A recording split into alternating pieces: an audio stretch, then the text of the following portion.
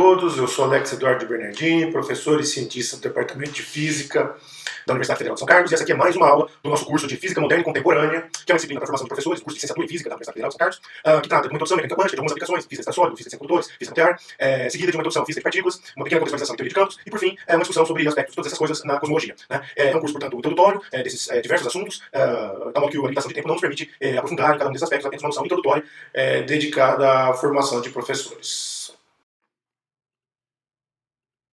Bem, pessoal,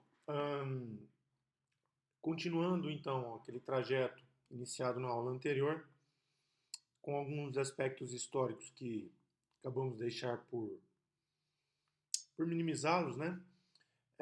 Não é que não eram tão relevantes, mas dentro de um contexto mais amplo, representaram contribuições pontuais. De toda forma, eu os recupero aqui, né? A partir do advento do heliocentrismo, né? O sistema solar passa a ser melhor compreendido, né? Então, nós temos aí a figura do Frederick William Herschel, né? Em que ele, sobretudo, era um astrônomo, né? Então, começa já com o advento dos telescópios, a detectar outros eventos galácticos, né? E concebe a ideia da Via Láctea, né? Mas ainda num contexto em que se imaginava que o nosso sistema solar era o centro da Via Láctea. Ele também não é, né? Ele está distante do centro da Via Láctea. E a coisa é um pouco melhor reformulada por Shapley, né? Já no século XIX, como vocês podem ver, na, na, na, na detecção e no estudo, né, da distribuição assimétrica de aglomerados globulares, aglomerados de galáxias. Aí tem uma foto de um aglomerado globular, bem como ali à esquerda um modelinho para descrever a Via Láctea, né, a sua distribuição de estrelas devido a Herschel, né? O fato é que a ideia evoluiu de um heliocentrismo para um galactocentrismo, vamos dizer assim, a Via Láctea seria o centro do universo. A gente sempre perdendo, né? O ser humano sempre querendo ser o centro de algo e no final nem a Via Láctea, ela está distante do centro, do núcleo ativo de galáxias com maior densidade de distribuição de estrelas, né? Então esses são os aspectos do ponto de vista observacional, né?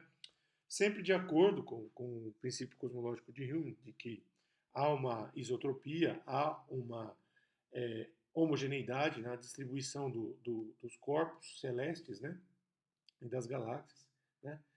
E, naturalmente, como eu já havia adiantado naquele contexto histórico da aula anterior, né, temos aí o advento mais recente, né, do telescópio Hubble, que foi lançado no final do século passado, né, e providenciou aí medidas muito interessantes, fotos, né, sobretudo dos confins do universo. Uma delas, por exemplo, é dessa galáxia chamada uma galáxia espiral, como vocês podem ver, na constelação de Coma Berenices. Ela tem um tamanho de 55 mil anos-luz. O que é que isso significa? Significa que leva 55 mil anos para você ir de uma ponta a outra dessa galáxia, se você estiver à velocidade da luz, né? E ela está aproximadamente a 60 milhões de anos-luz da Terra. Então a imagem que a gente tem dela hoje foi emitida há 60 milhões de anos atrás, né? E foi detectada hoje. Desse contexto, né, temos aí a figura do Hubble, que vamos falar um pouquinho mais dele no seminário de hoje, né? É importante lembrar que temos uma quantidade de galáxias que se pode pressupor e observar, são duas coisas distintas, né? Mas observadas, galáxias anãs são aquelas que têm até 10 a 7 estrelas, portanto 1 milhão de estrelas, 10 milhões de estrelas, melhor dizendo, né? E as galáxias gigantes são aquelas que têm até 10 a 14 estrelas, eu nem sei quantos bilhões de estrelas é isso. É muito, 10 a 14 estrelas. Temos que pensar aí para... São 100 mil trilhões de estrelas, acho, algo desse tipo. 1.000, milhão, bilhão, trilhão. Não, 100 trilhões de estrelas. 100 trilhões de estrelas. Né? As galáxias gigantes. E os aglomerados de galáxias, eles podem ter até 10.000 galáxias. Né? Então, o que acontece? Existem provavelmente cerca de 2 trilhões de galáxias no universo observável. Então aí você multiplica por 10 a sétima, né? Galáxias anãs, vamos dizer assim, é muita galáxia, né? Contendo mais estrelas do que grãos de areia no planeta Terra, né? A maioria possui em torno de 1.000 a 100.000 parsecs de diâmetro. Um parsec é 3,2 anos-luz, né? Ou seja, 3 vezes 10 elevado a 16 metros aproximadamente. Né? Então, a dimensão do universo hoje ganhou proporções inimagináveis, a ponto de nos deixar mais perdidos do que estávamos no início, provavelmente. Não é? Talvez fosse mais cômodo acreditar que a Terra era plana, mas aí era uma questão de crença, não de verdade científica. Não é? O exemplo da contribuição do Hubble pode ser dado nessa figura. Né? Isso aqui é uma imagem real, né? Não é uma simulação. Então é até onde ele pode avançar, né? Perante o que se tinha dos telescópios anteriores. Né? Então é um telescópio espacial com muita tecnologia, enfim, custou muito dinheiro, consórcio de vários países na produção desse objeto, enfim. E são coisas desse tipo que temos. Ele permite uma série de conquistas e avanços na compreensão do universo.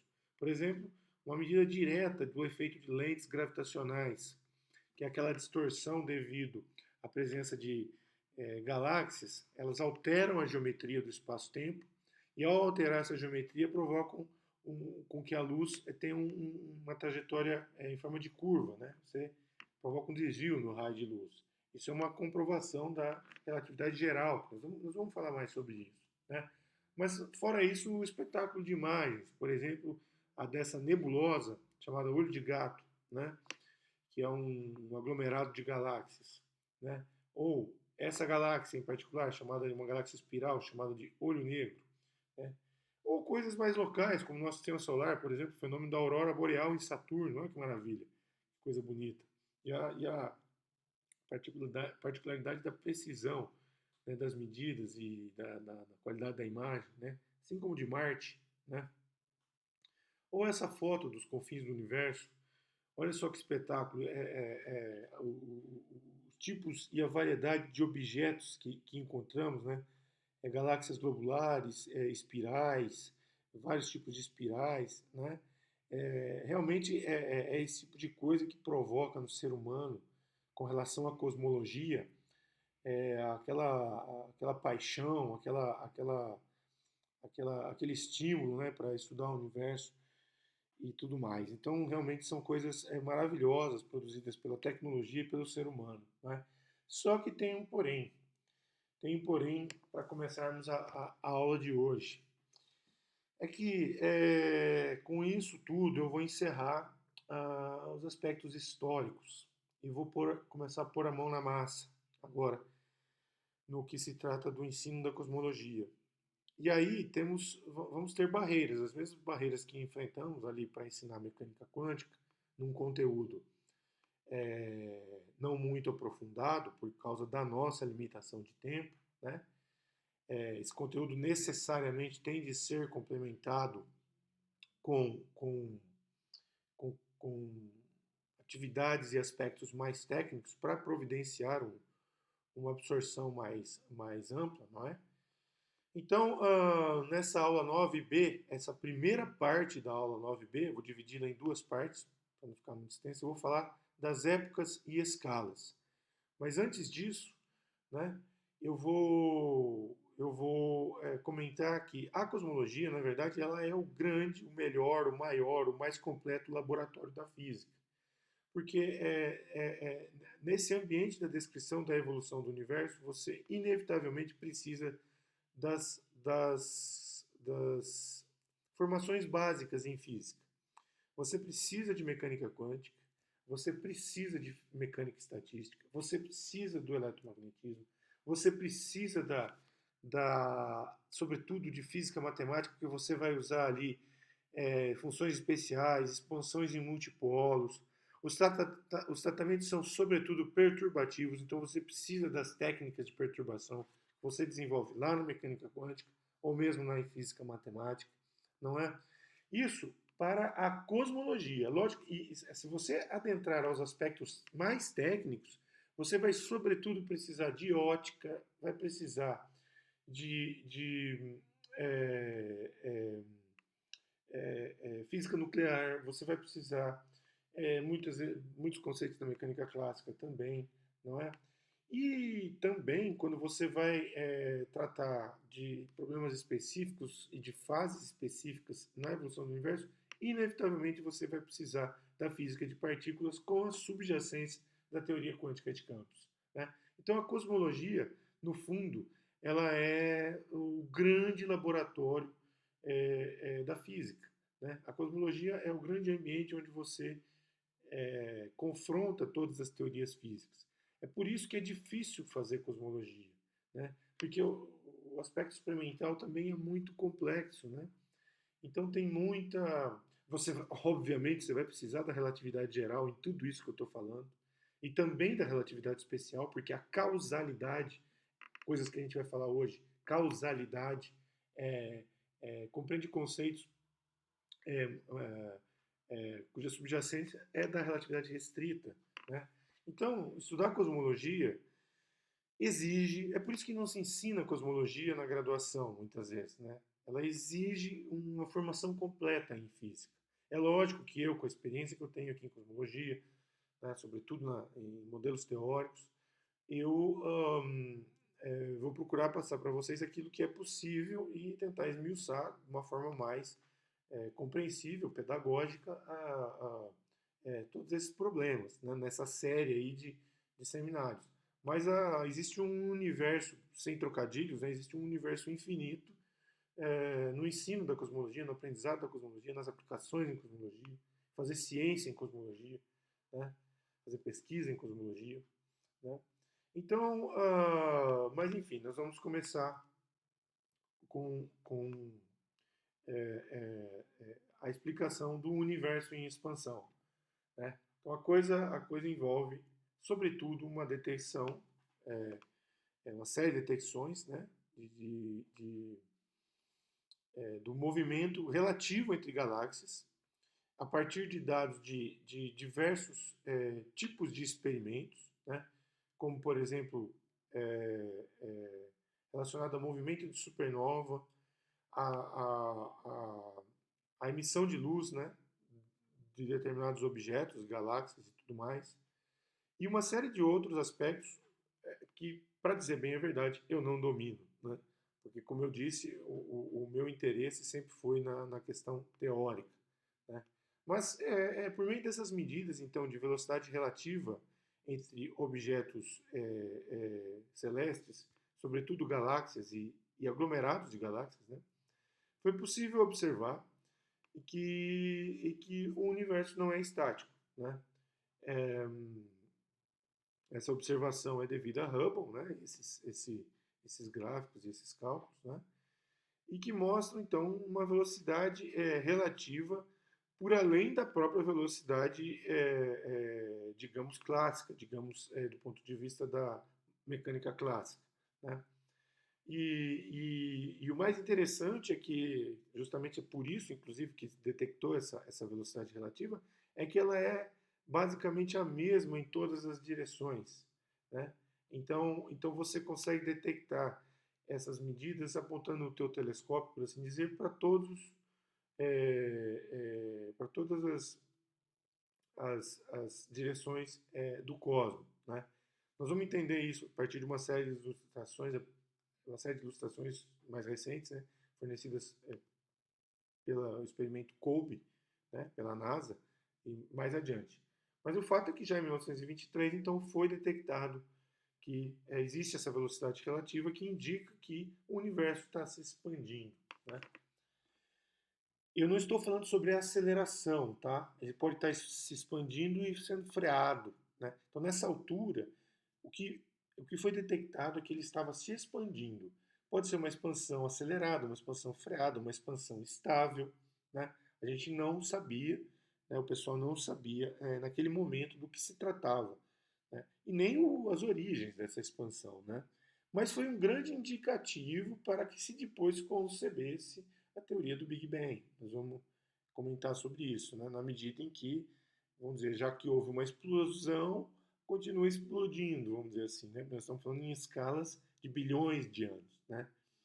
Então, dentro de um quebra-cabeça que envolve, como eu disse, a mecânica quântica, a física de partículas, a relatividade geral, que esse quebra-cabeça vai ter que ser montado peça a peça, aos poucos, física nuclear, né? Também está envolvida nessa história. Então é isso que temos. Aí vocês podem me perguntar, né? Mas esse gráfico, professor, está cheio aí de barras de erros gigantes. Isso foi melhorado recentemente, né? Apesar desse dado ser recente, mas com experimentos, esse dado ainda é do final do século passado, tá? Tivemos, após o COBE, tivemos o experimento WMAP, que eu vou comentar mais adiante, e também o Planck, né? São experimentos que, com o auxílio do telescópio Hubble, esse que eu mostrei agora há pouco, permitiram detecções mais apuradas, né? Então, basicamente, a taxa de expansão do universo hoje seria de 72 quilômetros por segundo por megaparsec, né? Então, só para lembrar que o parsec, como eu disse, é algo em torno de 3 vezes 10 a 16 metros, portanto 3 vezes 10 a 13 quilômetros. Então, 3 vezes 10 a 19 quilômetros. Então, o universo expande a uma taxa de 72 quilômetros por 3 vezes 10 a 19 quilômetros, né? Portanto, é uma taxa muito difícil de ser medida, né? Que justifica um pouco as barrinhas de erro um pouquinho grandes, né? Então, a ideia, agora temos que ir para a teoria. Como podemos teorizar, né, essa representação do universo? Aí vocês vão ver que como é bonito isso e como é importante a relatividade restrita, né? Então, sobretudo, a estrutura de larga escala do universo pode ser assumida né, de uma forma tal que esse background é homogêneo e isotrópico, né? Então, aqui, o princípio cosmológico é válido. Estamos assumindo, é um paradigma, né, que o universo é homogêneo e isotrópico. Isso é confirmado experimentalmente, né? Todo tipo de medida que a gente fizer, o background vai ser homogêneo e isotrópico. Tem uma série de medidas, vários tipos de medidas que confirmam a homogeneidade e a isotropia. A homogeneidade quer dizer o quê? Se eu transladar de um ponto para o outro, translação, tá, gente? É invariância diante da translação, né? Então, se eu transladar de um ponto para o outro, né? Se eu sair daqui e for para Andrômeda, eu vou fazer as mesmas medidas. A isotropia é com respeito à rotação, o universo isotrópico. Se eu apontar o telescópio em qualquer direção, no meu globo esférico, né? Vamos dizer assim, em qualquer direção do céu, as minhas medidas serão as mesmas também. Isso não quer dizer que não haja flutuações, né? O background é o background, mas podem haver flutuações. Portanto, o tratamento de irregularidades de pequena escala, essas flutuações, né, ele vai poder ser feito por uma teoria de pequenas perturbações. Geralmente, essas flutuações são da ordem de 10 a menos 5, 10 a menos 6, 10 a menos 7 a unidade. Ou seja, é uma variação de 10 a menos 5, 10 a menos 6, 10 a menos 7. Portanto, 1 sobre 100 mil, vamos dizer assim, do background. Então, é possível tratar as coisas dessa forma.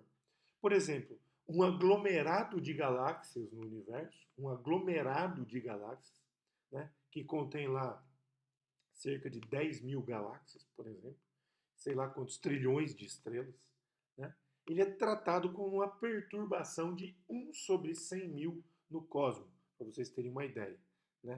Então, apesar daquela infinitude de galáxias, elas são perturbações de aglomerados de galáxias, hein? São perturbações da ordem de 1 sobre 100 mil, né? Então, Vejam que assim, a distribuição de matéria e de luz no universo ela tem um comportamento perturbativo, né? Essa questão, as perturbações são lineares, né? Então mas as equações que a gente tem que resolver não são lineares. Esse vai ser o problema. É óbvio que a gente não vai resolver nesse curso, porque não dá tempo mesmo, né? Muitas vezes elas têm que ser resolvidas numericamente e numericamente levam dias para ser resolvidas. Mas vamos falar da expansão. Vamos falar da expansão. Então, se o universo é homogêneo isotrópico, né, a distância entre dois pontos do universo é proporcional a um fator de escala que depende do tempo, onde o tempo é o tempo cósmico, que a gente diz. Né? O que é isso que eu estou dizendo? Então, para eu simplificar, para eu separar os movimentos do processo de expansão, eu vou imaginar como se o universo fosse um reticulado, uma rede. Né? E ela tem, então, você imagina, por exemplo, uma tela de alambrado, por exemplo, né? Ou essas redinhas aí de impedir que os pernilongos entrem numa sala, por exemplo, e tal. Ou essas redes de proteção aí para as crianças não pularem das sacadas do apartamento. Então, um reticulado. E aí eu vou jogar todo o processo de expansão para esse reticulado e deixar o reticulado se expandir. É como se o nosso reticulado fosse uma régua também, né? Então, à medida que o universo expande, a régua também expande. Né? Então, fica difícil medir. Você tem que ter uma artimanha para medir. Né? Então, a gente separa a distância comóvel, né? Que é aquilo que é medido pelos retículos do reticulado, da distância cósmica, né? Que é aquela que leva em conta também a expansão do reticulado. Então, o reticulado caracterizado por esse parâmetro A de t, tal modo que a gente assume que no presente ele sempre vale 1, né? Porque é o que nos interessa, a gente consegue medir as coisas no presente. Então ele veio e chegou até 1. E daqui a 1 milhão de anos ele vale quanto? 1. No presente daquele 1 milhão de anos, certo? Sempre no presente ele vale 1. Então a ideia é mais ou menos essa, né? E a distância física, né, cósmica, ela vai ser então a distância comóvel, né, que é o x nessa minha formuleta, multiplicada pelo parâmetro de escala, pelo fator de escala. E vai dar esse R. Então, e a taxa de expansão é quanto então o que o Hubble mediu para jogar ali na brincadeira do Hubble, né, é o A ponto sobre A, é a taxa de variação do tamanho do reticulado. Né? Então a gente chama esse de que seria uma constante de Hubble, não é constante, na verdade é uma taxa de Hubble, certo? É a taxa de Hubble, certo? Que hoje ela vale 72, mas ela pode mudar. Então ela depende sobretudo de como o A depende do T, né? Como o fator de escala depende do T. E como é que o fator de escala depende do T? Bom, essa é uma pergunta só para o final da aula, tá? É uma pergunta só para o final da aula. Tudo bem? Então, só para resumir, né? A distância comóvel vai ser esse x e essa distância própria ou cósmica, né, é o r. Eu vou chamar de distância própria mais recorrentemente. Né? Uma definição alternativa que aparece para os tempos também na jogada aí da nossa discussão, é importante ter sempre o tempo como nossa ferramenta de cálculos, né? É o tempo conforme, né? Que seria o tempo cósmico dividido pelo fator de escala. Então é uma forma da gente tirar, assim como o t está para r, o eta está para o eta está para o x, né? Então eles são tempos e distâncias que descartam. Esse também é chamado tempo conforme. Então é distância comóvel e tempo conforme. Elas descartam o papel da expansão, tá? Elas descartam o papel da expansão. E aí com H, né, que é o parâmetro de Hubble, H é igual a dA dt dividido por A, né? A gente vai tratar de relacionar essas quantidades, não é? E nessa história de relacionar essas quantidades, né? O, é importante, esse símbolo ponto é uma derivada no tempo, mas aí, como eu estou definindo dois tempos, qual tempo que eu estou falando? O ponto eu estou usando para o tempo físico, né? Para o tempo dt, não para o eta, tá? Para o dt, não para o deta. Então, A ponto é dA dt, né? Então, é muito importante ter isso em mente, porque se for dA deta, muda, né? Muda o cenário, né? Então, é muito importante a gente ter essas informações muito claras, né? E para encontrar o valor de A de T, a gente vai ter que resolver a equação de Friedmann, mas eu não falei dela ainda. Por quê? Porque eu quero falar das distâncias ainda. Quero falar da expansão, né? Então, resumindo, esse parâmetro A de T vai multiplicar a distância com o móvel. Esse A de T é resolvido com Friedmann. Eu consigo resolver o A de T sozinho lá com Friedmann, tá? Com a equação de Friedmann. Vamos chegar lá. Entre dois, então, o parâmetro multiplica a distância com o móvel entre dois pontos corresponde a um grid hipotético que permanece constante à medida em que o universo se expande, né?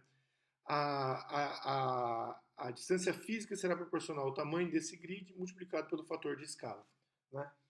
Então, quando eu digo que o grid permanece constante, é que eu não estou aumentando o número de quadradinhos no grid, né? O número de quadradinhos é constante, é o grid, né? Enfim, né? Então ele tem números de quadradinhos constantes.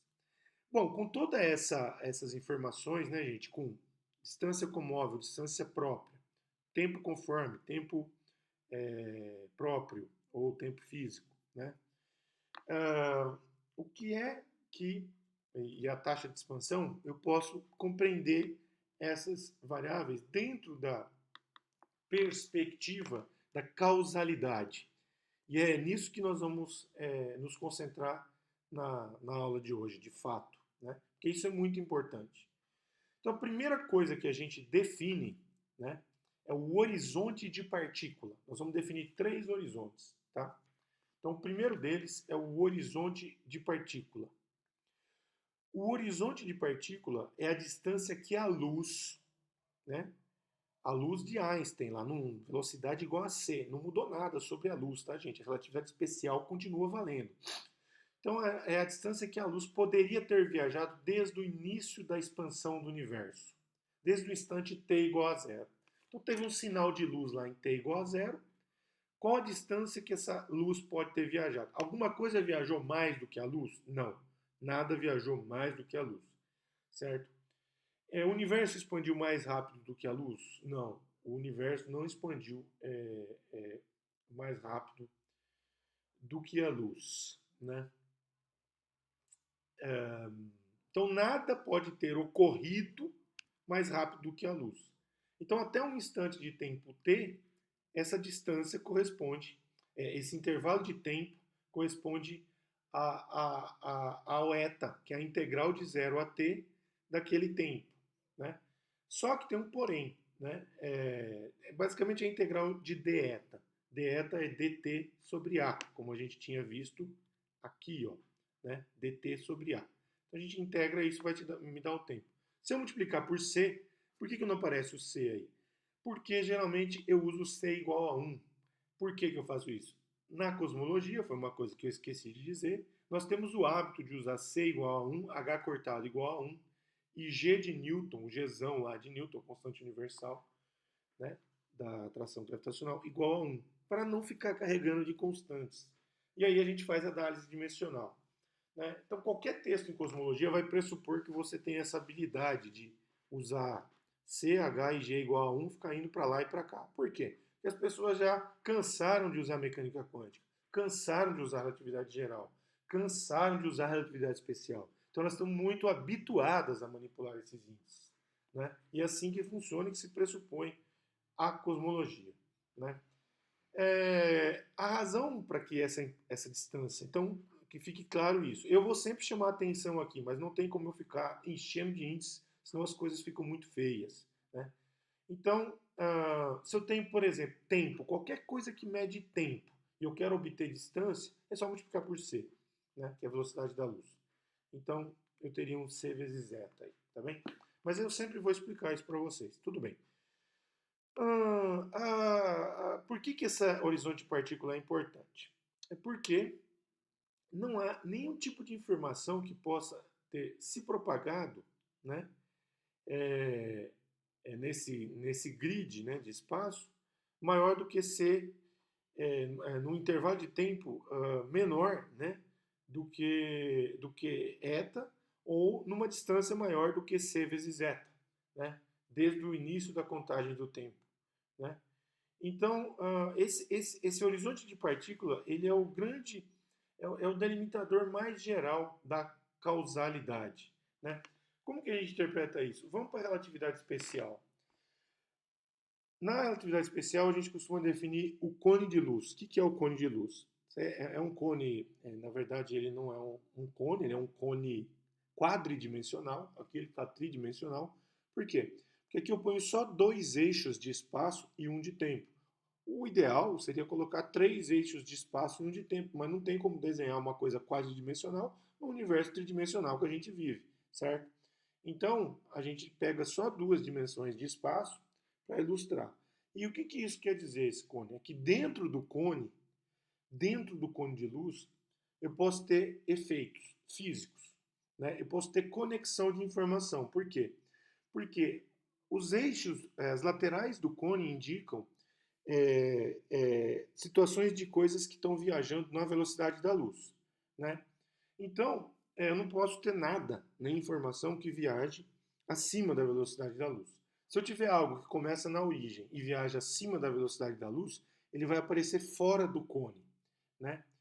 E se eu tiver algo que foi emitido no passado e vai chegar até mim na origem, certo? E que viaje fora da velocidade da luz, ele vai também estar fora do cone passado, né? Então, as coisas para elas existirem de acordo com a relatividade especial e viajarem no máximo com a velocidade da luz, né? É importante que elas estejam para elas existirem, é importante que elas viajem no máximo com a velocidade da luz, no caso da luz. As outras coisas sempre menos com a velocidade da luz. E então o desenho da trajetória em função do tempo, né, vai ser algo sempre dentro do cone de luz. Por exemplo, a partícula em repouso, onde é que ela está aí, gente? Uma partícula em repouso. Uma partícula em repouso é aquela que não sai do lugar. Se ela não sai do lugar, mas o tempo corre, né? O tempo anda, então ela está no eixo do tempo. Pode ver que o eixo do tempo está sempre dentro do cone de luz, né? E uma partícula que é, vamos dizer assim, instantaneamente teletransportada, instantaneamente. Ou seja, ela viola a causalidade. Ela sai da origem e vai, vamos dizer, para 10 quilômetros. Instantaneamente. Ela está fora do cone de luz, ela está no eixo do espaço. O tempo não transcorreu e ela foi teletransportada instantaneamente, algo que não existe, né?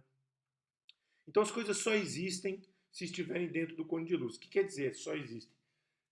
São causalmente conectadas. Então, a conexão causal impõe que os objetos estejam dentro do cone de luz. Só que aí tem uma perguntinha, gente. Esse cone de luz é na geometria de Minkowski. É a geometria plana. É a geometria que o reticulado o reticulado espacial, o grid, é constante. O A de T é igual a 1 sempre. O A ponto, né, a derivada de A de T, A ponto é zero. Ou seja, o cone de luz desenhado dessa forma seria num universo estático, né? Que é o que a gente usa aqui no planeta Terra e tal, vamos dizer assim. Né? A gente não está preocupado com a expansão do universo se a gente está analisando a queda de uma bolinha, por exemplo. Ou, sei lá, um canhão a laser aqui na superfície da Terra e tudo mais, né? Aqui não tem problema de expansão, porque a gente, como eu falei para vocês, a taxa de Hubble é 72 quilômetros para cada 3 vezes 10 elevado a 19 quilômetros. Então, no fenômeno local, isso não faz diferença. Mas então aqui seria, o cone de luz seria assim. Agora é importante notar que se o universo estiver expandindo, a gente vai ter um cone deformado, né? Então, o horizonte de partícula ele é importante então para definir o cone de luz, né, nesse universo deformado, né? É exatamente isso que o horizonte de partícula vai fazer, né? É, pois bem, vamos para um outro horizonte importante. É o horizonte de eventos. O horizonte de eventos é parecido com o horizonte de partícula. É parecido. Ele também vai dar um delimitador. Só que ele dá um delimitador a partir do momento de agora.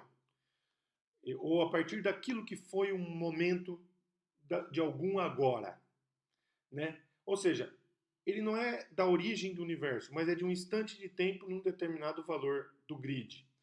Perceba, eu só mudei a definição da integral, né? Ela vai ser a distância então que a luz pode viajar no futuro, né? É a distância que nos separa como observadores de um ponto distante no futuro, né? Esse ponto no futuro é um T0, né? E, e, e o. Desculpa, esse ponto no futuro é o T0, exatamente, né? E o ponto do qual eu quero ir até ele, né, é um valor de A, né?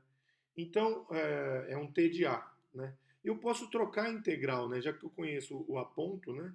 E o H, por exemplo, eu posso manipular e trocar. Vocês podem fazer isso como exercício. É só lembrar que dt que A ponto é dA dt, né? Então, no lugar do dt, eu escrevo, se A ponto é dA dt, eu posso escrever que dA igual a ponto dt. E dt igual a dA sobre a ponto. Então, eu troco o dt, linha, ali, por dA, linha, sobre a ponto. Aí no denominador fica A sobre A ponto. E aí eu multiplico em cima e embaixo por A e fico com A ponto sobre A, que eu substituo por H, e posso, por exemplo, fazer essa conta em função do H, se eu conhecer o H. Muitas vezes eu conheço o H, dependendo da teoria e tal. Né? Então esse horizonte de eventos, ele é uma ideia do horizonte de partícula, mas não para dar origem do universo.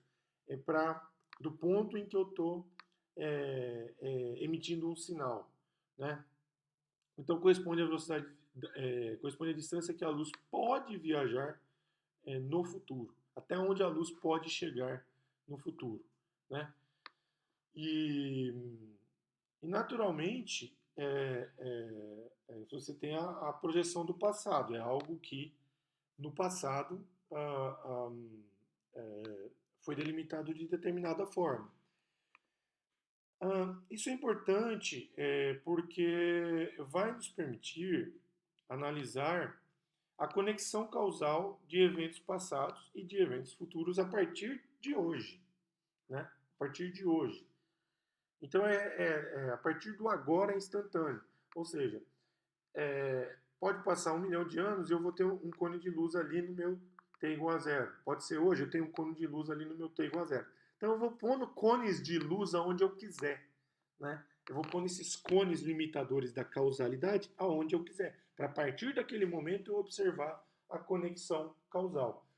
Só que no universo, por exemplo, esse comportamento ele é deformado pela geometria, né? Então, vamos analisar aqui uma simulação para vocês entenderem o que acontece. O que é essa simulação?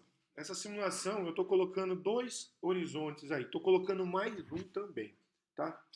Nessa simulação, ó, vamos pegar a linha cinza horizontal, que está mais ou menos ali. Bom, primeiro vamos definir os eixos, né, gente? Temos o eixo horizontal, que é do espaço, e o eixo vertical, que é do tempo, tá? O eixo vertical é do tempo. Então o tempo vai transcorrer de baixo para cima. O zero lá embaixo é a origem do universo, tá? Mas eu posso querer medir as coisas a partir de um instante, sei lá qual. Daí eu escolho um instante aqui, em torno de 10 a 15, mais ou menos, que está uma linha cinza, que eu tracei uma linha cinza e botei um vértice ali, ó.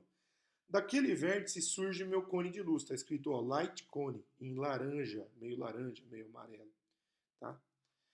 Então, esse cone de luz, o que é que ele tem de especial? Ele está deformado pela geometria, né? Ele está deformado pela geometria. Então ele não é aquele cone perfeito, ele é um cone meio que tem umas curvas, né? Vocês podem ver. Então, o cone de luz está muito claro, né? O delimitador de causalidade, né? Tá vendo essa linha tracejada em amarelo? Quando ela começou lá em zero, ela estava exatamente em cima do horizonte de partícula, tá? Ela estava exatamente em cima desse verde meio abacate, meio marrom, sei lá que verde que é esse, é verde, se é marrom. É o horizonte de partícula, tá? Então, no t igual a zero, vou pôr a simulação para andar, vocês vão ver que essa linha tracejada começou lá no horizonte de partícula, né? Então, o indicativo, que está aí numa cor meio salmão, meio arrosada, que vai até as bordas do gráfico aí, né, do horizonte de partícula, ela mostra onde a luz poderia ter chegado. Mas isso dependeria de circunstâncias muito especiais para ela poder ter chegado. Não basta só ser luz. Tem toda a dinâmica da expansão envolvida. Tem o horizonte de eventos e tudo mais, né? Então, é onde a luz poderia ter chegado, tá? Ela poderia ter chegado. Mas como tem a expansão na jogada, né? E eu vou explicar um pouco melhor daqui a pouco, há limitadores, tá? Há limitadores. Então, colocando a expansão para andar, olha só, né? Então, isso aqui vai evoluindo, né? E o cone de luz ele vai se alterando. E por que ele se altera? Porque esse é um gráfico onde o eixo x ele é a distância comóvel, tá? O eixo x, o eixo do espaço, não é o r de t, é aquele x, né, que multiplica a para dar o r. Eu fiz dois gráficos desses, tá? Então, nós temos a distância, é, é, o eixo x, né, horizontal, está indicando no espaço, então, a distância comóvel. Vocês podem ver que o meu reticulado ele não está se alterando, né? Eu pus um reticulado fixo. Então, aqui no desenho de fundo, não tem o A de T se alterando. As linhas tracejadas em cinza, que são linhas verticais paralelas entre si, elas indicam que o meu reticulado é um reticulado comóvel. Eu não estou pondo ele em evolução, né? Mas todo o processo, o tempo está evoluindo, o ADT está evoluindo. Então, o que acaba ficando aqui é só um resultado como se estivesse olhando para o espaço em cima do reticulado, crescendo junto com o reticulado. Então, se a gente está em cima do reticulado, né, a gente vai ver esses efeitos aqui, né? A gente vai ver o cone de luz se deformando desse jeito, né? Como vocês podem ver, o cone de luz começa lá no horizonte de partícula e vai se fechando até a linha tracejada, né? Ó, ele começa e vai se fechando. Porque a gente está em cima do reticulado, né? A nossa régua, que somos nós mesmos, está evoluindo junto, né? Com o reticulado. Então a gente em princípio, é, não consegue ver o efeito da expansão diretamente. Quando a gente se colocar de fora do reticulado, como se a gente fosse, digamos, a mãe natureza, Deus, o dono do Big Bang, sei lá, que eu vou mostrar depois, a gente se colocar de fora do reticulado, a gente vai ver a expansão do reticulado também, tá? Mas por enquanto a gente só está vendo isso. Então aí fica claro. E a gente nota o que acontece, que o cone de luz passado, nota o cone de luz passado, então não é a parte tracejada em laranja, é a parte de trás, mais sombreada, né? Ele delimita o horizonte de eventos, né? Ele delimita o horizonte de eventos daquela data, né? O que quer dizer o horizonte de eventos, então? O horizonte de eventos quer dizer o seguinte, que qualquer fenômeno, né, que tenha sido produzido, né, olha o horizonte de eventos daquele momento, é a linha laranja, né, mais grossa, e a linha laranja mais escura. Ela mostra que no meu presente de hoje, né, vão chegar informações só que estão dentro do cone de luz passado, desse horizonte de eventos. Então, coisas que estão fora dele, no meu presente de hoje, eu não consigo, nunca vão me chegar, nunca, é impossível, tá? Coisas que foram emitidas em algum momento lá atrás não vão chegar. Então, ele pode até estar dentro do horizonte de partícula, né? Mas eu nunca vou observar, não tem como observar, né? Então, no final eu ponho na data presente, que é lá no topo da figura, né? O horizonte de eventos de hoje está em vermelho. Então, o que acontece? No horizonte de eventos de hoje, que está em vermelho, né? Eu consigo receber, potencialmente receber informações só de coisas que estariam dentro desse horizonte de eventos, né? Só de coisas que estariam dentro desse horizonte de eventos. Então, fora dele não me chegaria nada, né? E o horizonte de eventos ele evolui, né? Então, em vermelho é o dos dias de hoje, mas no desenho aqui, por exemplo, na data de 10 ou 14, 15 unidades de tempo, é aquela que está mais sombreada para baixo, né? Então, o cone de luz vai determinando cada horizonte de eventos, né? E no início, o horizonte de partícula ele permitiu que eventos fossem acessíveis no universo, né? Mas ah, ah, ah, eles não podem chegar até mim. Só que tem uma coisa a mais aí que eu não falei, que é essa linha em azul, né? Em verde azulado, que é o horizonte de Hubble, né? E o que é o horizonte de Hubble? Na verdade, o horizonte de Hubble é o que dá a ideia mais clara do tamanho do universo, né? Porque ele leva em conta a expansão, né?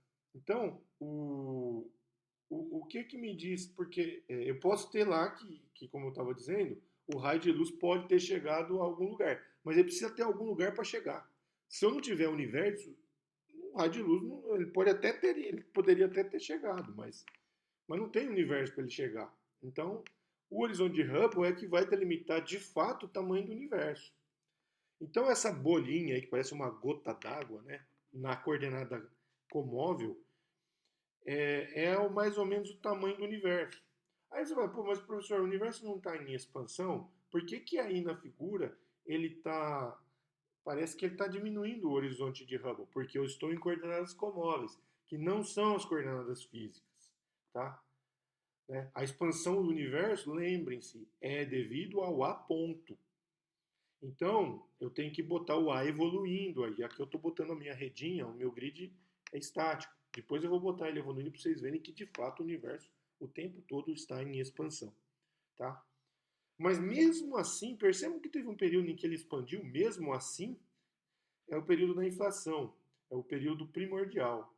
Tá? Nesse período houve uma bruta expansão do universo. A gente vai falar dele lá na frente. Tá? Pois bem, gente.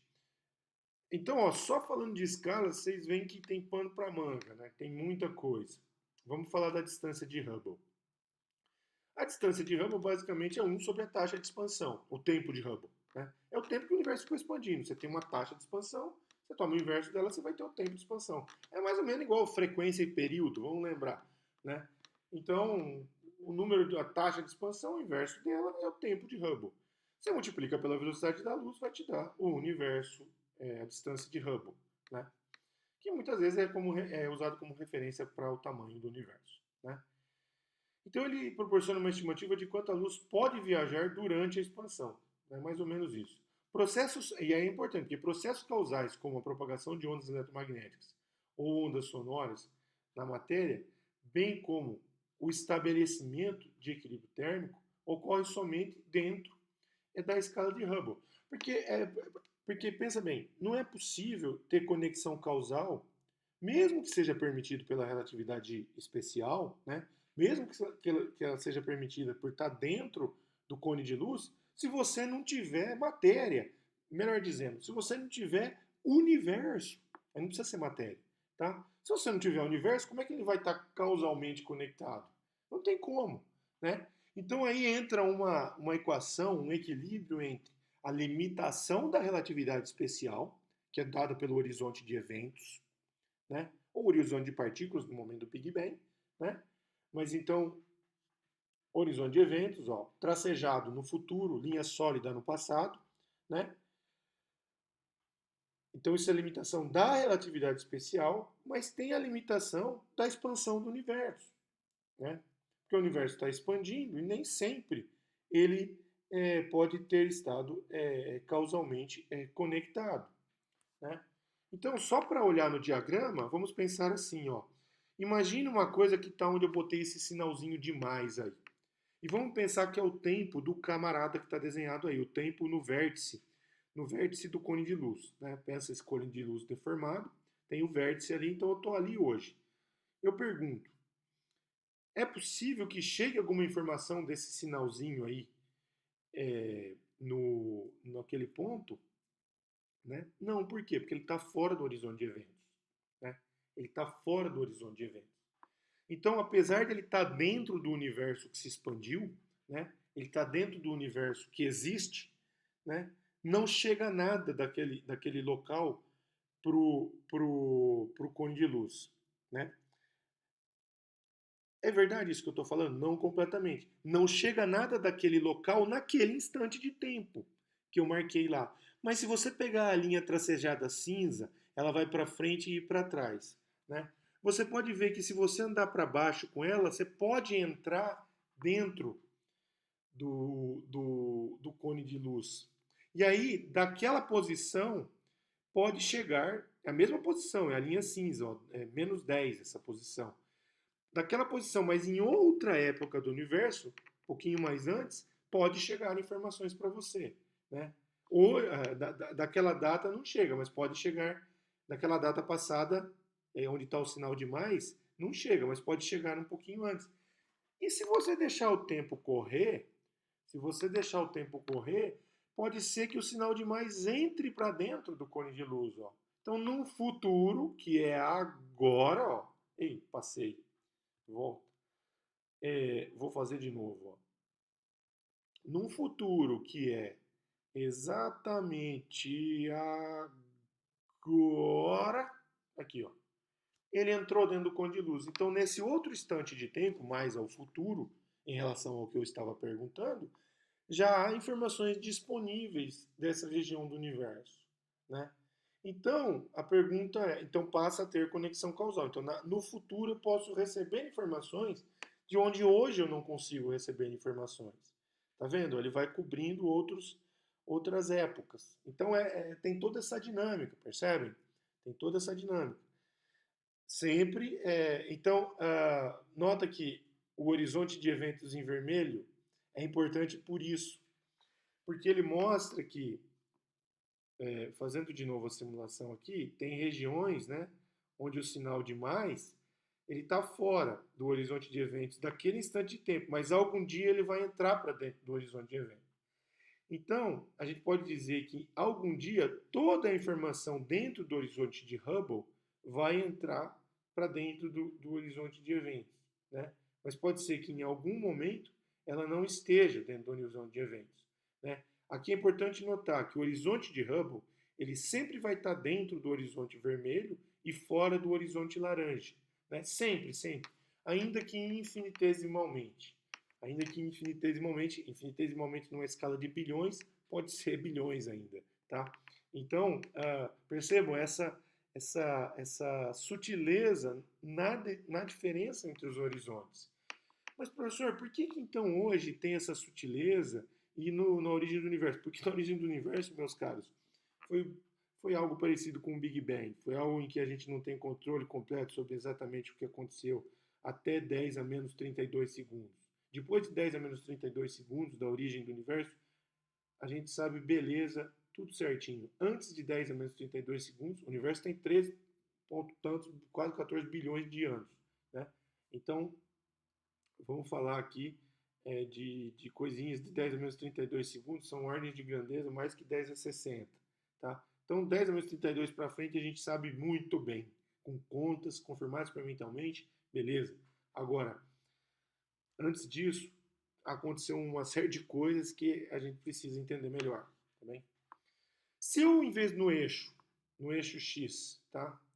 Se no eixo X, ao invés de eu colocar a coordenada comóvel e colocar a coordenada física, a coordenada cósmica do espaço, a gente vai ver o reticulado expandir, que é o que acontece nessa figura.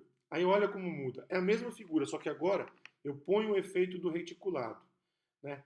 Mesma história, o cone de luz vira esse negócio todo esquisito. Né? Ele vira um negócio fechado lá para trás.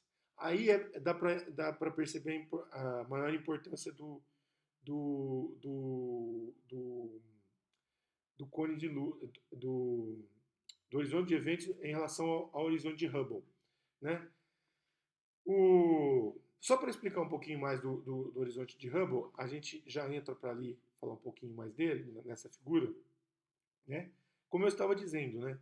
Ocorre que muitas vezes a distância de Hubble, o horizonte de Hubble, é maior que o horizonte de Vênus. Outras vezes não, né?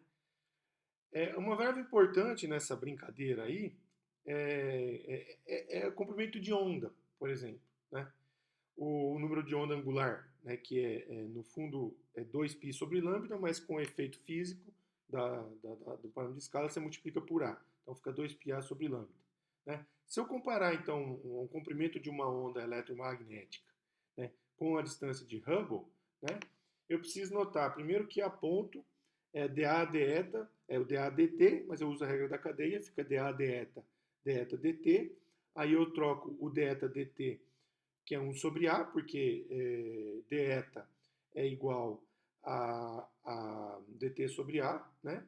Então fica A ponto igual a dA deta vezes 1 sobre A, né? E eu vou me lembrar que o dA deta, ele geralmente ele é uma potência de eta, tá? Então o dA de eta vai ser um eta elevado a s menos 1, e onde caiu o s da derivada. E o A vai ser um eta elevado a s. Então basicamente o A ponto ele vai ser uma constante sobre eta. Tá? Isso é uma aproximação simples para o valor de A. Né? Então percebam que dependendo de algumas coisas que a gente vai aprender lá na frente, a gente tem como é que o A depende do eta, ou o A depende do T. Né? Como o fator depende do tempo, ele varia. Né? Então, aí eu venho para minha com essa informação do A ponto, né?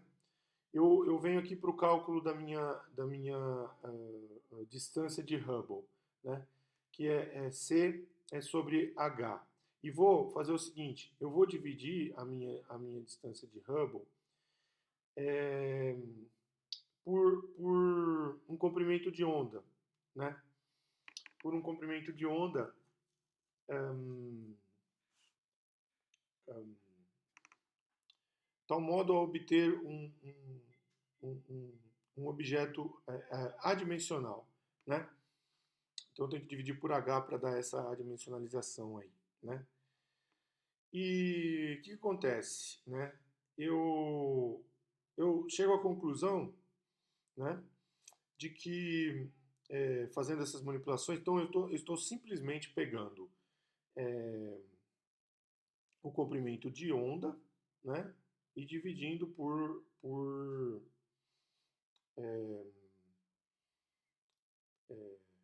então, lambda é igual a 2πa sobre k, né? E divido ele pela distância de Hubble. Ou, na verdade, eu estou fazendo o contrário. Estou dividindo a distância de Hubble pelo comprimento de onda, né? Divido a distância de Hubble pelo comprimento de onda, tá? Então, estou basicamente fazendo distância de Hubble dividido por lambda, né? Distância de Hubble dividido por lambda. O que vai acontecer? Né? Vai dar aquele resultado C sobre H, que geralmente é 1, né? Que é 1, porque eu uso unidades naturais, como eu falei. Então vai dar aquele parâmetro K vezes zeta sobre tudo. Né? Então, basicamente, qual que é a informação? Né? É que se a onda eletromagnética tem um comprimento de onda muito maior do que a distância de Hubble, né? Em algum momento, que corresponde a um k eta muito menor do que 1, eu vou estar fora da distância de Hubble, então não vou ter conexão causal. E se ela é menor, né, eu vou estar dentro da distância de Hubble, então eu vou ter conexão causal. Então depende muito de qual onda. Por que eu estou falando isso? É que eu estou querendo dizer assim, que ondas eletromagnéticas com diferentes comprimentos de onda, certo? Elas vão ter a sua causalidade afetada pela distância de Hubble. Essencialmente é isso, elas vão ter a sua causalidade afetada pela distância de Hubble. Quando eu comparo, então, esse comprimento de onda com a distância de Hubble, dividindo um pelo outro, né? Se o comprimento de onda for maior que a distância de Hubble, por isso que eu fiz essa conta, né? Se o comprimento de onda for maior que a distância de Hubble, ou seja, muito maior, sobretudo, né? Quer dizer que aquele k eta, né, ele é muito menor do que 1. Então, nesse caso, eu estou fora da distância de Hubble e não tenho conexão causal. Né? A onda se propagou, mas ela tem um potencial de propagar, mas ela ficou fora da distância de Hubble, né? Então eu não vou ter a conexão causal, né? Se ela ficou dentro, né, da distância de Hubble, aí eu tenho a possibilidade de ter conexão causal, né? Então, fora da distância de Hubble, nunca vou ter conexão causal, né? Dentro da distância de Hubble, eu posso ter conexão causal, que é o sinal de mais aqui. Ele não tem naquele momento, né? Mas ele pode ter conexão causal, né? Em algum momento, tá? Então, agora voltando, como eu estava dizendo, então, para um eixo comóvel, né? Para um eixo, desculpa, físico, para um sistema de eixos em que a distância é de caráter físico, né? Tá? Então é o R é igual a x vezes A. Então mostra que a rede está abrindo, tá vendo? Está esgarçando as linhas tracejadas, né? Porque o universo está em expansão. Aí fica claro, ó, fica claro que o horizonte de eventos, né? Ele acaba muito sutilmente sempre se expandindo, né? Muito sutilmente sempre se expandindo. Só que isso é porque, por causa do comportamento do universo hoje, ele pode se expandir mais que isso, ele pode vir a abrir mais, a esgarçar mais. Vai depender do que está regendo a dinâmica do universo. De que forma, qual forma de energia está regendo a dinâmica do universo. Né? Então, percebam que é importante, o horizonte de partícula continua lá, tá certo?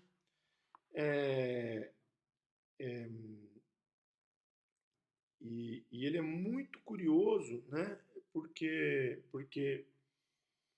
ele mostra que até situações, veja bem, ó, para trás do horizonte de partícula, né, pode estar dentro do cone de luz. Para trás do horizonte de partícula. Estão vendo, ó? Que é essa bolha vermelha aí, ó, né? Que vai ficar vermelha. Ela tá vendo que ela pega para dentro do horizonte de partícula? Então isso significa o seguinte, que eu posso ter informações do universo tal que causalmente conectadas, que no início não estavam causalmente conectadas.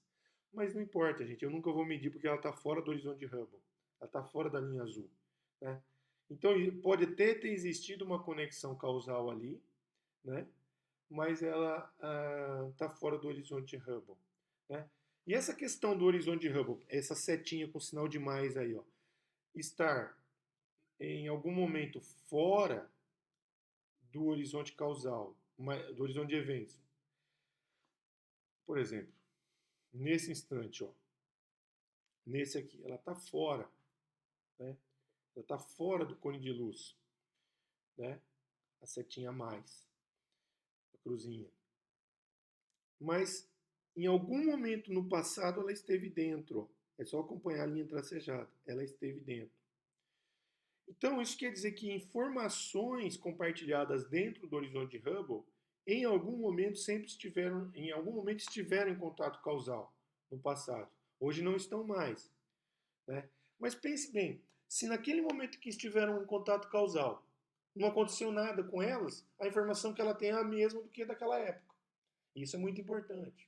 Isso é muito importante. Né? Então, o fato de em algum momento ter estado em contato causal permite, por exemplo, que as coisas codividam temperaturas, supondo que a temperatura não tenha sido alterada. Então, isso supõe, por exemplo, isso permite, por exemplo, que o universo esteja em equilíbrio térmico o tempo todo, se o equilíbrio térmico não foi afetado por outros fenômenos. Essa informação é muito importante. Né? Então, ó, e além disso, mesmo que pode ser que tenha entrado em desequilíbrio térmico, mas pode ser que no futuro eles voltem a ter contato causal. Né? Eles voltem a ter contato causal. E, enfim, né?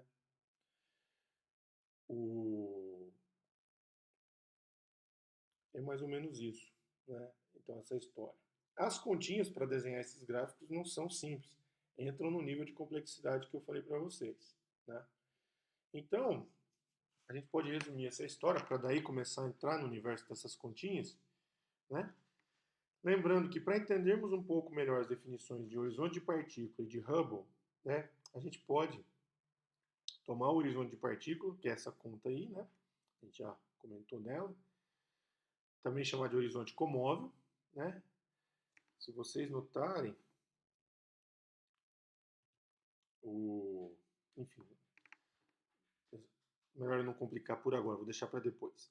É chamado de horizonte comóvel e é a integral logarítmica do raio de Hubble, né? Do C igual a do raio de Hubble comóvel. Então aí eu estou dividindo por A, né? Para deixar ele comóvel. Era o C sobre H, estou dividindo por A também para deixar ele comóvel.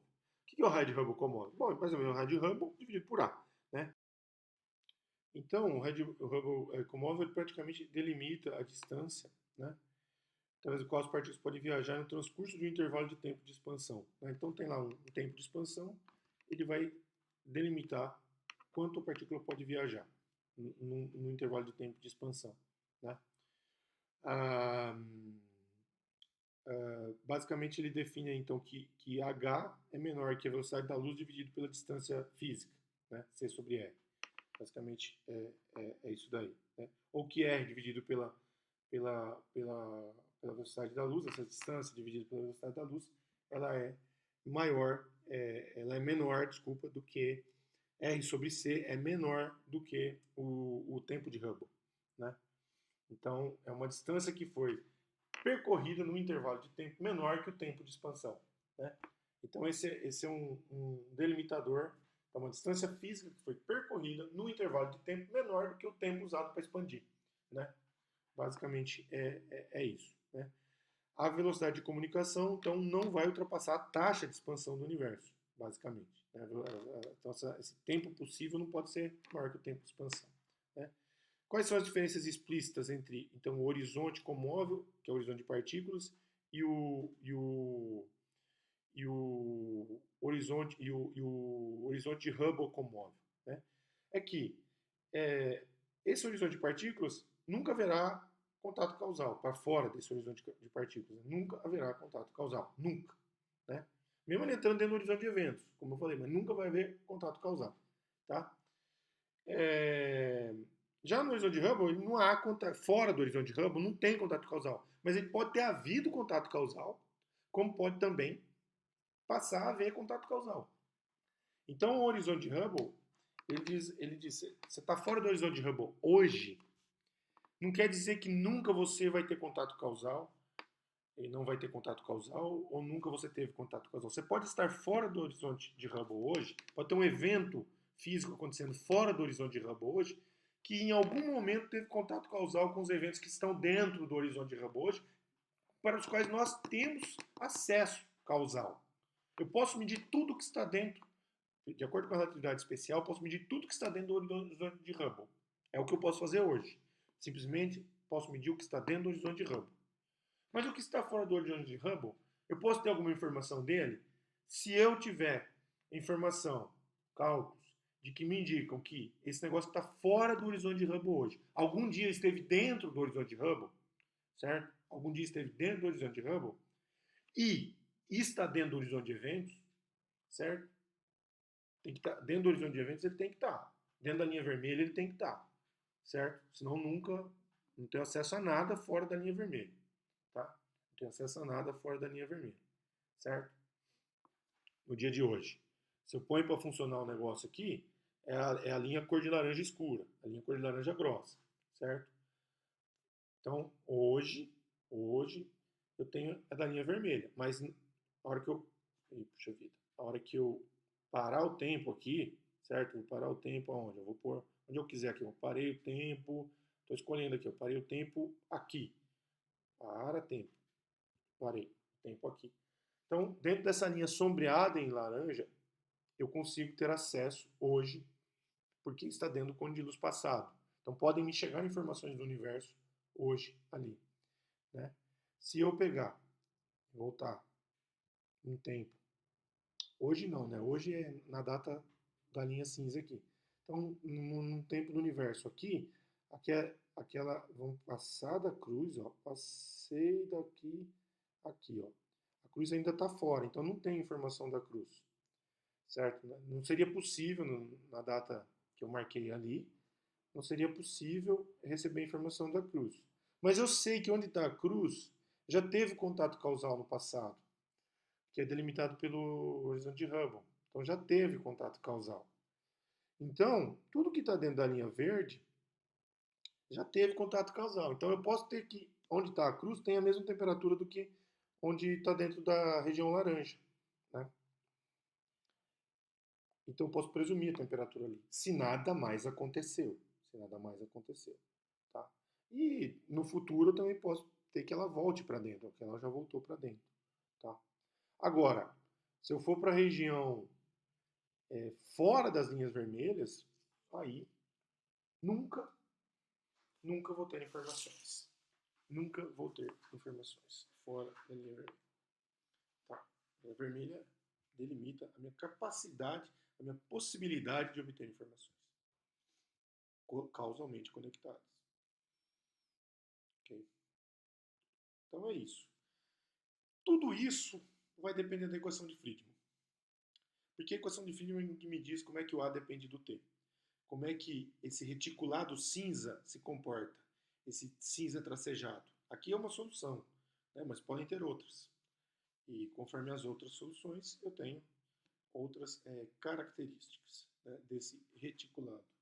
Né? Então isso vai depender de como é que é a minha situação. Então eu preciso da equação de Friedman. E a equação de Friedman é essa daqui. A equação de Friedman é a equação que mostra que a taxa de Hubble, que é o A ponto sobre A, ao quadrado é igual a um fator aqui, vezes a densidade de matéria do universo. De matéria? Não, densidade de energia do universo. Aí inclui toda a forma de energia. Tá? E é aí que eu tenho a equação de Friedman. E eu posso resolvê-la. Tá? Desde que eu saiba interpretar como que a densidade de energia depende de A. Né? Então, basicamente, eu vou ter equações desse tipo. À esquerda, aqui, vai depender da geometria do universo e vai depender da distribuição de energia do universo. E aí a equação de Friedman é isso? É isso. Mas eu estou passando de forma breve porque eu vou voltar a falar dela, tá, gente? Eu vou voltar a falar dela. Ela vai permitir, por exemplo, a gente identificar o desvio para o vermelho, mostrar que o universo está se afastando, né? E mostrar que o universo está se expandindo e, portanto, os objetos estão se afastando. Então, essa expansão provoca uma espécie de efeito Doppler, uma frequência do azul tende para o vermelho. São coisas desse tipo que nós vamos analisar mais adiante. Ela vai permitir calcular a idade do universo também. Só que para fazer isso, gente, eu preciso de muita matemática. Eu preciso de geometria diferencial, que nós não vamos ter tempo aqui. Mas eu só estou dizendo para vocês a origem dessas coisas. Eu vou voltar nesse tema na próxima aula. Mas eu preciso definir qual que é a geometria. É uma geometria euclidiana, onde vale o teorema de Pitágoras? Ou é uma geometria onde não vale o teorema de Pitágoras? Imagina, por exemplo, a geometria da superfície da Terra. Desenhe um triângulo retângulo na superfície da Terra. Põe um desenho que saia lá do Polo Norte, faça uma linha até o Equador. Chegou no Equador, você vai dar uma volta até mais ou menos ali o Oceano Índico e volta por um meridiano até o Polo Norte. Você vai ter um triângulo retângulo, certo? A primeira linha é um cateto, a segunda é outro cateto e a terceira é uma hipotenusa. Vale ali o teorema de Pitágoras? Vocês sabem que não, né? Se vocês fizerem essa conta, vocês vão ver que não. Pelo simples fato que, ao mesmo tempo que esse triângulo é um triângulo retângulo, ele também é um triângulo isósceles. Porque o meridiano que vocês percorreram é o mesmo. Como que um triângulo retângulo vai ser um triângulo isósceles, onde um dos lados do isósceles iguais é a hipotenusa? Não dá certo, né? Se fosse os catetos, tudo bem, mas não dá certo. Então, você pode construir um triângulo retângulo na superfície da Terra com 3 ângulos retos, né? 90, 90, 90. Você não pode fazer isso no plano euclidiano. Então, o teorema de Pitágoras não vale. Por quê? Porque a superfície não é plana. A superfície é esférica. Então, eu tenho esse trocinho chamado G-mu-nu, né? Que ele orienta a geometria. Né? Se fosse euclidiana, ele seria 0, 1, 1, 1. Vai dar dx quadrado mais dy quadrado mais dz quadrado. Eu vou falar disso lá na frente. Tá? Mas eu posso colocar o que eu quiser aí na geometria do universo. desde que ela corresponda à natureza, né? Mas posso fazer brincadeiras matemáticas também. E aí, gente, eu vou ter que trabalhar em cima disso, né? Eu posso tirar dessa definição do próprio Gemunu uma espécie de equação de movimento. A equação 31.6 aí, que vem lá de um capítulo do meu livro, de teoria de campos, ele mostra, é uma espécie de lei de Newton, ó, dx2dl, seria uma segunda derivada, uma espécie de aceleração de um vetorzinho, de um quadrivetor, espaço-tempo, igual a força correspondente, né? Essa é a equação da geodésica, na verdade, né? E ela, na verdade, é uma subequação da equação de Einstein, do qual nós vamos falar mais adiante, né? Sempre de uma maneira superficial, mas procurando entender as coisas mais importantes. Nesse sentido, eu espero que vocês tenham entendido a questão das escalas, né? E se vocês querem saber mais coisas, vocês podem procurar no capítulo 31 do meu livro, mas é muito resumido, porque o livro não é focado nesse assunto, tá? Ele não é focado nesse assunto. E na aula que vem, nós vamos falar mais da equação de Friedmann, né? Que é vamos dizer, uma subequação da equação de Einstein. Eu posso tirar a equação de Friedmann da equação de Einstein, mas tem outras formas de obter, elegantes também, forma semiclássica de obter, a partir da mecânica newtoniana. Bastante interessante também. Tá? Então, com isso a gente termina essa parte 1, né? Vocês podem ver que foi muito longa, é a parte 1 da aula 1A, porque tem muita coisa para falar. Eu vou para a parte B, já em seguida. Tá? Eu já vou para a parte B para vocês continuarem, tá bem? Muito obrigado e até daqui a pouco na parte B. É continuação da aula 9B, né? Então tivemos essa aula 9B, parte 1. Vamos continuar com a aula 9B na parte 2 agora, tá bem? Obrigado.